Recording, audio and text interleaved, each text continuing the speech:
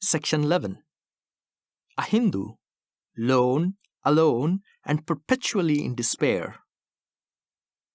The reasons which have made Shuddhi impossible for Hindus are also responsible for making Sangathan impossible.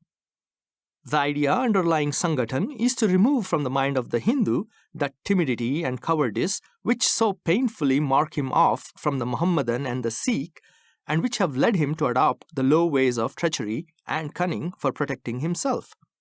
The question naturally arises: from where does the Sikh or the Mohammedan derive his strength, which makes him brave and fearless?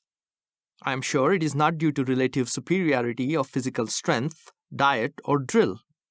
It is due to the strength arising out of the feeling that all Sikhs will come to the rescue of a Sikh when he is in danger, and that all Mohammedans will rush to save a Muslim if he is attacked. The Hindu can derive no such strength. He cannot feel assured that his fellows will come to his help.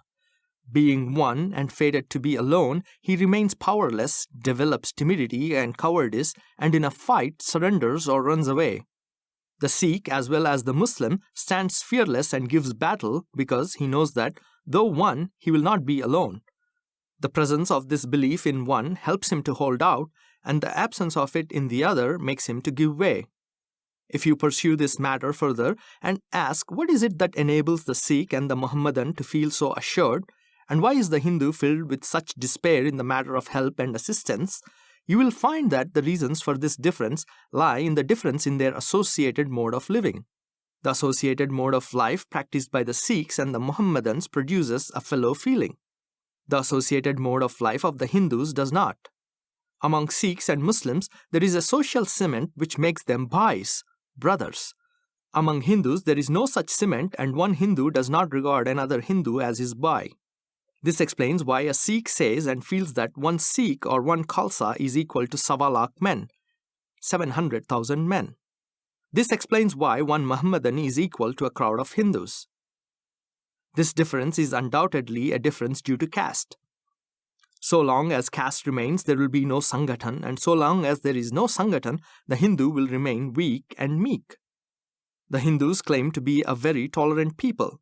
In my opinion, this is a mistake.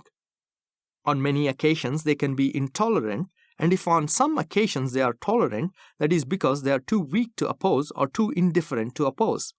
This indifference of the Hindus has become so much a part of their nature that a Hindu will quite meekly tolerate an insult as well as a wrong. You see amongst them, to use the words of Morris, the great treading down the little, the strong beating down the weak, cruel men fearing not, kind men daring not, and wise men caring not. With the Hindu gods all forbearing, it is not difficult to imagine the pitiable condition of the wronged and the oppressed among the Hindus. Indifferentism is the worst kind of disease that can infect a people. Why is the Hindu so indifferent? In my opinion, this indifferentism is the result of the caste system which has made Sangathan and cooperation even for a good cause impossible.